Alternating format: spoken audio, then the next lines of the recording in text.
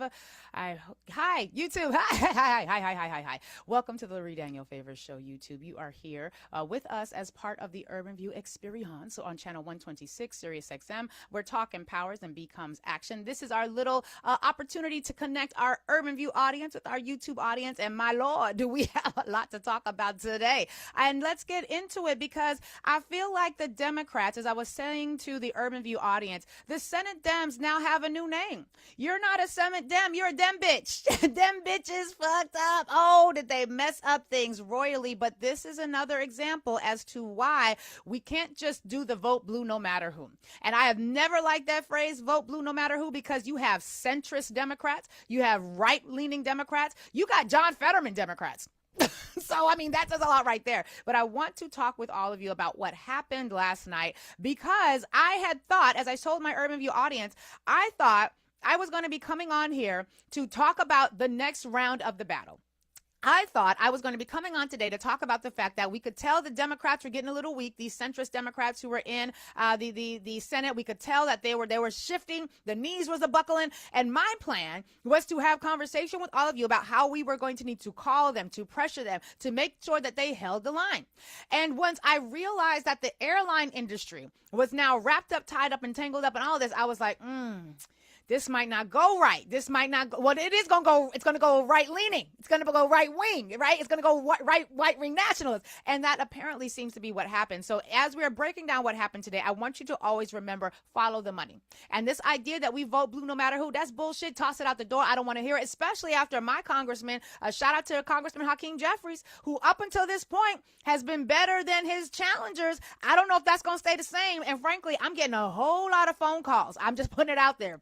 Because we got to do these things now. We got to do things a little bit differently. Traditionally, we try to keep these things close to the vest, close to the chest. But I'm getting a hella phone calls about whether or not Hakeem Jeffries should be primaried. Would I support a primary for Hakeem Jeffries? Now, I don't know why they're calling me. Perhaps because I have a platform. I get it. I understand it. So keep calling, because I got questions. But we are now in a space where it's like, we are no longer going to be voting blue no matter who. And we can say that especially because it took my congressman up until the day before the election before he would be willing to endorse Zohran Mamdani. And I get that, there are other issues at play, but follow the money is what we're going to do today. We're going to follow the money, and we're going to think about what this means in terms of how we move forward. So let's talk about what happened.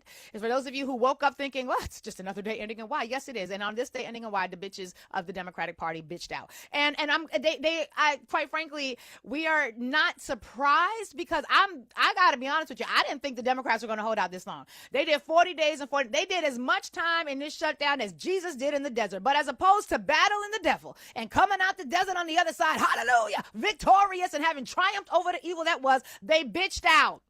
They bitched out. So let's talk about this deal, because the Senate has now advanced a deal to basically end this shutdown with a bipartisan breakthrough. There were 8 Democratic senators who agreed to engage in negotiations with the Republicans to end the government shutdown. Now, I want to talk a little bit about what was in the deal, because frankly, what was in the deal is not good. To have gone for not 1 week, not 2 weeks, not 3 weeks, but to have done all of this time, we almost on 7 whole weeks. And not a snap deal is through. Oh my God, Toni Braxton couldn't even sing her way out of this. We have now got all of this time where people ain't had money, people ain't had food, people ain't had healthcare access. People are now trying to purchase their healthcare plans, their subsidies on the ACA exchanges. Can't afford this shit. Does this deal do anything to address that?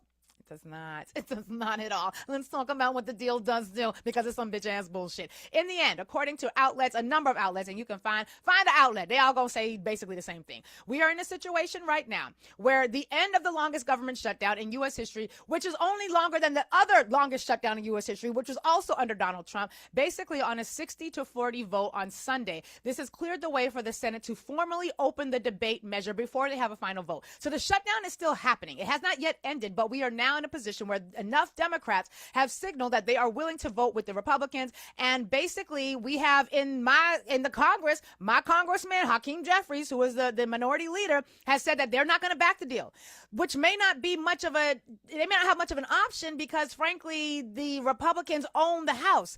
Now, there's some wiggle room here that might end up backfiring on Republicans. We're going to explore that a little bit as well. But essentially, we're in a situation where the compromise measure, according to the New York Times, includes a spending package that would fund the government just through January, which means in January, they're going to have to do this shit all over again. It also has 3 separate spending bills that cover programs related to agriculture, military construction, and legislative agencies for most of 2026. Now, this has been a challenge because the Democrats who decided to support this effort have said, well, we really didn't have any choice. And we had to do this because the Republicans were going to just let people continue to suffer.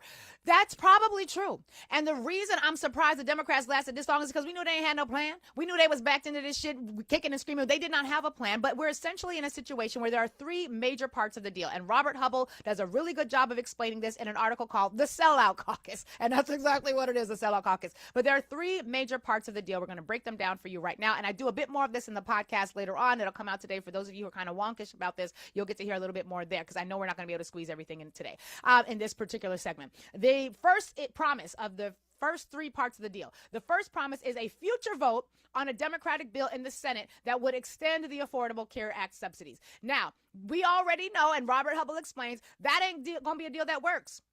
The vote's going to fail in the Senate, and they're not even going to take this up in the House, which means that the sellout Dem bitch caucus got nothing for their trouble. The second major promise of this deal, according to Robert Hubble, who explains it, as I said, very, very well, the government opening agreement guarantees that the federal employees who were laid off during the shutdown are going to be rehired and will give federal employees back pay. Now, the problem with that is a significant portion of the federal employees who were laid off before the shutdown. So they're going to focus on a fraction of the federal employees who were laid off and give them their jobs back, essentially. But the reality is those layoffs were illegal anyway. You had court cases that have been successfully advancing that have been basically putting to shame this whole idea that these firings and these layoffs were going to be valid. They were going to be rehired anyway. So what did you get for it? The federal law guarantees that furloughed employees get back pay. You didn't get no deal.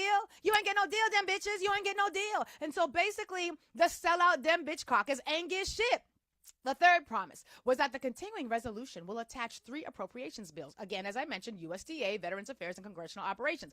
Hubble says the following: the 3 bills are part of a package of 12 bills that the Senate is required to pass in order to enact the 2026 budget. Republicans could have advanced and passed those 3 bills at any time during the shutdown, but they stopped all the legislative work to pressure the Democrats to cave, and it worked, which means that of the 3 major issues that the Democrats sellout bitches who were deciding to bitch out, the 3 major things that they agreed to, it ain't gonna happen. Now, Bernie Sanders had some things to say about this. Y'all can love or hate Bernie Sanders, do what you want. But the reality is Bernie Sanders was crystal clear that this was a bad deal, and he was extraordinarily frustrated and, frankly, correctly so, was like, this is an awful thing. We need universal health care, which is where I'm going to come back in just a minute, because we do need universal health care. And now that we have seen what the prices are looking like when it comes to the Affordable Care Act subsidies, we're in a situation right now where damn Obamacare, no, not damn Obamacare, but damn Obamacare, because can't nobody even afford Obamacare at this point. Take a listen to what Senator Bernie Sanders had to say about this deal, and then we're going to unpack it on the other side because, frankly, this was really bad. Take a listen. Tonight, 8 Democrats voted with the Republicans to allow them to go forward on this continuing resolution. And to my mind, this was a very, very bad vote. It was, Bernie. What it does, first of all, is it raises healthcare premiums for over 20 million Americans by doubling, and in some cases tripling or quadrupling. People can't afford that when we are already paying the highest prices in the world for healthcare. Number 2, it paves the way for 15 million people to be thrown off of Medicaid and the Affordable Care Act. Studies show that will mean that some 50,000 Americans will die every year unnecessarily. And all of that was done to give $1 trillion in tax breaks to the 1%. As everybody knows, just on Tuesday, we had an election all over this country.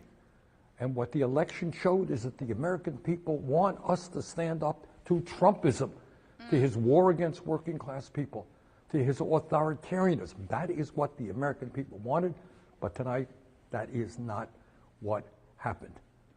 So we've got to go forward, do the best that we can to try to protect working class people, to make sure that the United States not only does not throw people off of health care, but ends the absurdity of being the only major country on earth that doesn't guarantee health care to all people. We got a lot of work to do.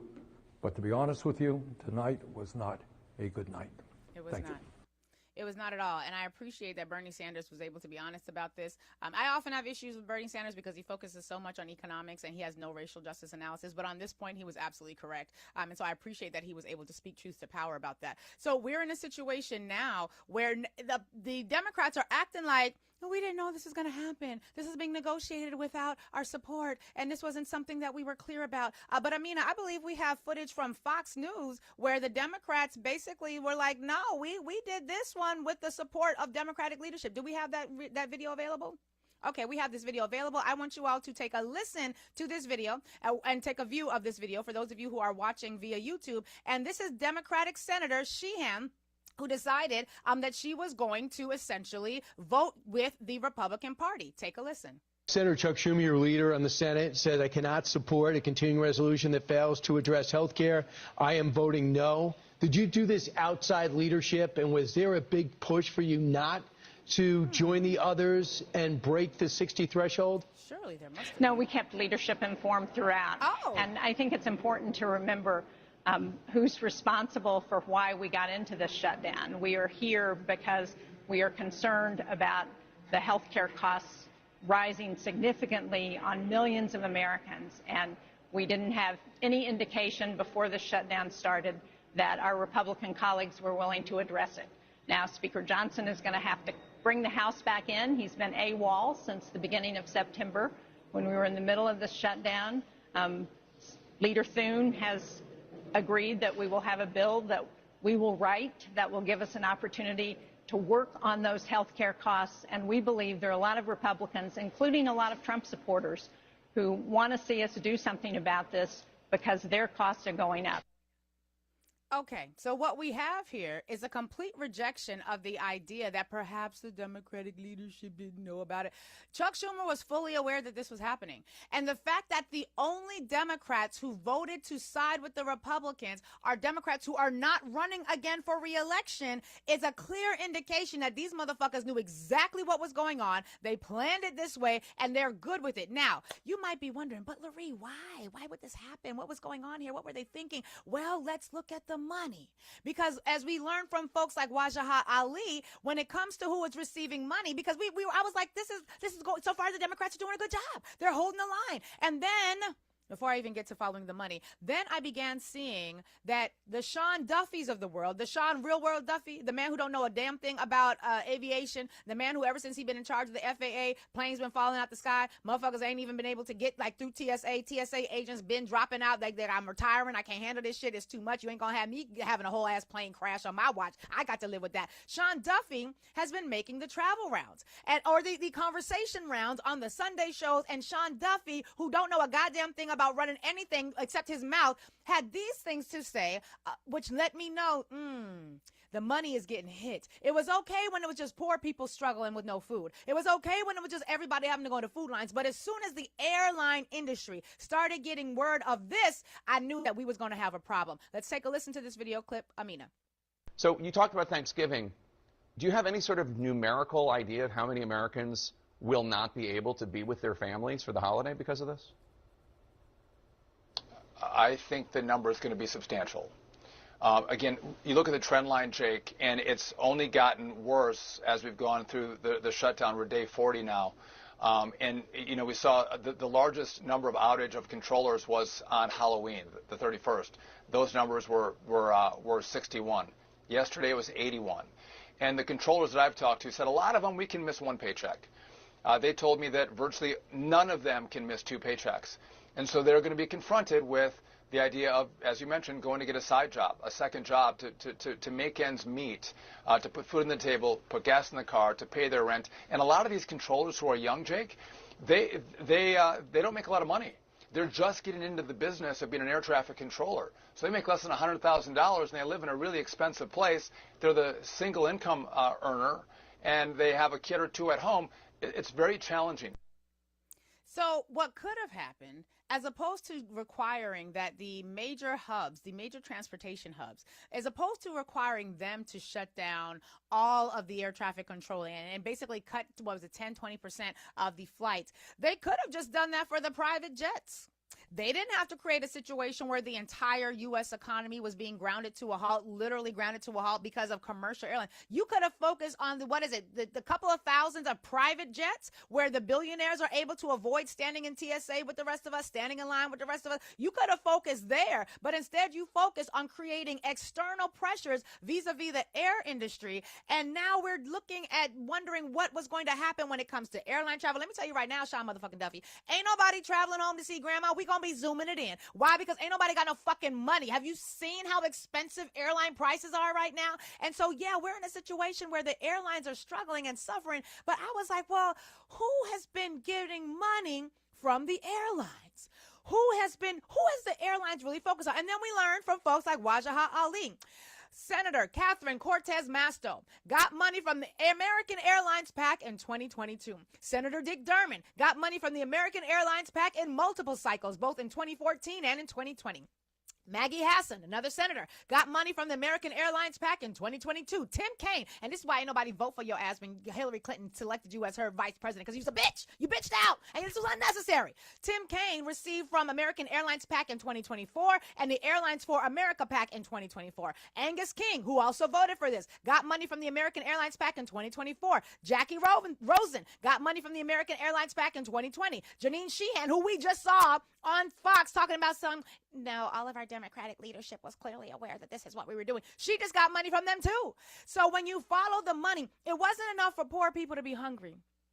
That wasn't going to do it. What did it was the fact that the airline industry was very concerned about the fact that they cannot absorb those costs without their major corporate donors taking a cut and their major CEOs and upper level leadership taking a forced cut as well. So when you look at it that way and we follow the money, it is crystal clear as to what was really happening here. So now we're in a situation where the Affordable Care Act subsidies are increasing. We know they're increasing because people have logged in and are making decisions right now. Can I afford to purchase health care? Because before every check that I was getting, every 2 paychecks, I had maybe $200, $300 out of my paycheck going to health care. Now that number has doubled and tripled. Can I afford to come up with an extra $400 per paycheck? Because now that's going to be the increase. Can I come up with an extra $600 per paycheck? Because that's going to be the increase, which means more people are not going to purchase the ACA subsidies. They're not going to purchase health care. And do you know what the Republicans' plan for health care is? To go back to what we had before Obamacare, where if you had a pre-existing condition, you wasn't getting no health care. If you had a pre-existing condition, you were going to be rejected. There were going to be limits as to what healthcare companies were going to pay for you. Now, healthcare has sucked ass forever in this country because we do not have universal healthcare. So I had planned I'm coming to this show. And today, before all this shit happened last night, my plan was to talk with us about how we need to make sure that before the Democrats agree to reopen, that they make some demands. I had an opportunity this weekend. Congressman Gregory Meeks happened to be in a location where I was at. He's a dope congressman out of Queens. You may like him. You may not like him. That's not my business. I'm just letting you know that the brother, every time I've interacted with him, it's been a positive interaction. And he stopped by where a group of women that I co-organized with were seated. And we did a little, back and forth, the whole table. And we began talking about the shutdown. And one of the things I said was, I'm grateful that you all are considering how you're going to reopen the government, but it cannot be that we reopen the government just to go back to what it was. We need y'all to fight for what we need. We need universal health care. We need to make sure that the SNAP benefits aren't just restored. And we got to talk about SNAP benefits because, and I'll probably have to do this more in the podcast, so you guys aren't even going to hear this conversation about the SNAP benefits today. We'll get more to that this afternoon, but we got to talk about Ketanji Brown Jackson. We got to talk about what's happening with SNAP. So that's going to be an important thing. Check out the podcast. Lurie breaks it down this afternoon at 2:00. But I'm talking with, in response to the congressman, and I said, we don't just need people to have SNAP benefits restored. They have just artificially created conditions vis-a-vis these dumbass tariffs. I mean, I ain't say dumbass because, I try not to be cussing when I'm trying to talk to elders and whatnot, unless I'm talking on air. But we don't just need SNAP. They have created, as a result of these bitch-ass tariffs, an artificially inflation of prices. So the SNAP benefits that people used to already have to stretch, they got to make it stretch even further. So we need SNAP benefits, and we need access to those sorts of funds that are tied to the cost of living, that are tied to the rates of inflation, that are tied to indices, so that when it becomes more expensive for us to live here in the United States, the people who are already struggling are going to get an increased share of resources so that they don't have to die of hunger. And I was told in that conversation, well, we got to have the votes, which is true. That is a factual statement. You got to have the votes to do it. But as a result of what happened Tuesday, there is a clear indication that the American people are with you if you hold the line.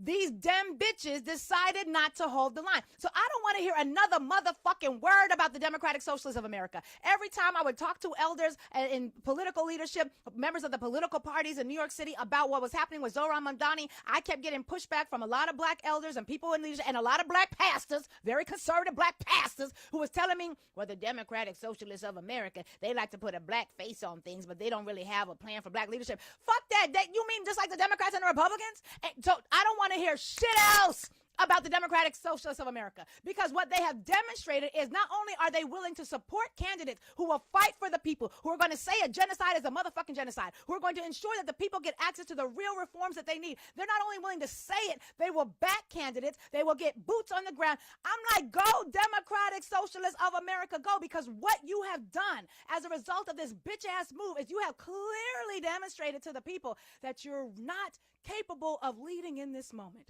which means we the people gotta look elsewhere. Shout out to the Working Families Party. Shout out to the DSA, because I'm at this point where, like, should I fucking sign up? Because this is what real leadership looks like in this moment. I don't want to hear another fucking word about it. I really, really don't. But here's the other thing. The new leadership that was elected as a result of all of this taking place, they got shit to say. Governor-elect Mikey Sherrill, that white woman came out with her full chest, and she said the following about this whole shutdown deal. I ran for office to deliver for New Jerseyans, even in the face of Washington leadership that keeps failing people. And last week, we won with a broad coalition after laying out a plan that takes bold action on costs, despite political pressure and people saying it couldn't be done. Voters made it clear. The American people want leadership with a backbone. And at a critical moment when they need leaders to stand strong under pressure, the Senate is on the brink of caving on a bill that the American people can't afford. Make no mistake, says Mikey Sherrill, if this deal passes, it will lead to New Jerseyans paying far more for their health care when they're already paying more and more for everything. Making this deal is malpractice. We have more than 9 million people in New Jersey who are counting on us to fight for them, and instead Washington is putting them in harm's way. Not on my watch. That's the new level of leadership energy that I need to see more of. I want to see more of that, because I'm sorry, I can't do no more vote blue no matter who. If you are not progressive, if you are not left-leaning, if you are a centrist, go sit with the Republicans. You can't sit here no more. I'm not encouraging nobody to vote for you. I'm not encouraging nobody to, well, you got to understand the political pressures. Damn the political pressures. Do you know the pressure of hunger? Do you know the pressure of hearing a baby cry because you can't feed it? And shout out to that little girl on TikTok.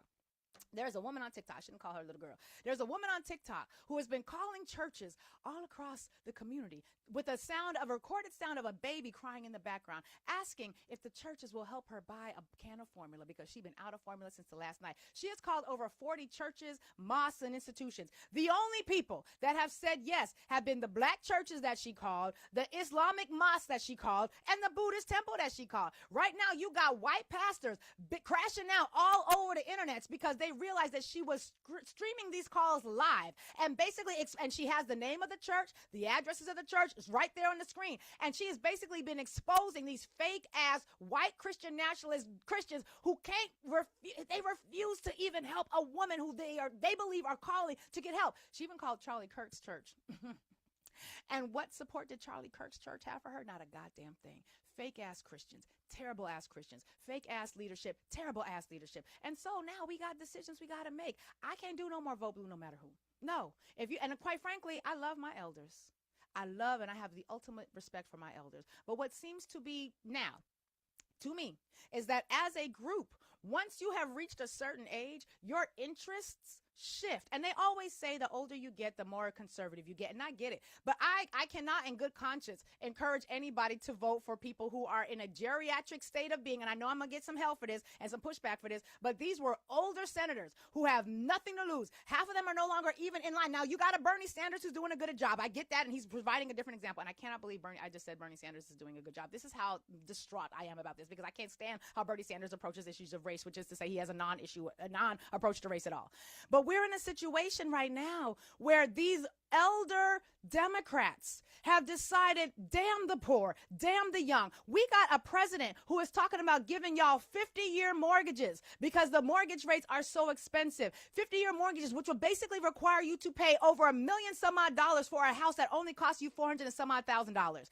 This is the horrific quality of leadership that we have right now. But this is what happens when you have a presidential election in 2024 and motherfuckers stay home. This is what happens when you say that we don't have to show up and vote. The reality is you absolutely do have to show up and vote. You might be choosing between a bad choice and a worser choice, but the worser choice gets us this shit. And to all of these Republicans to all of these Democrats rather, who did this, we got another element to consider. And I'm going to talk about this with Urban View on the other side, because if the government reopens, you know what happens? The House also has to reopen, which means they have to swear in Analita Grivala out of Arizona, which means that they have an automatic discharge petition vote, which instantly gets triggered, which will require the release of the Epstein files. So it ain't done. It ain't over. But I hope you're feeling the anger and frustration that I'm feeling, because you need to call. If any of these motherfuckers who did this are your senators, you need to call their hell. Call them even if they ain't, because we're in a situation right now where it's all hands on deck, as it often is. But this is so unnecessary and such a disappointment,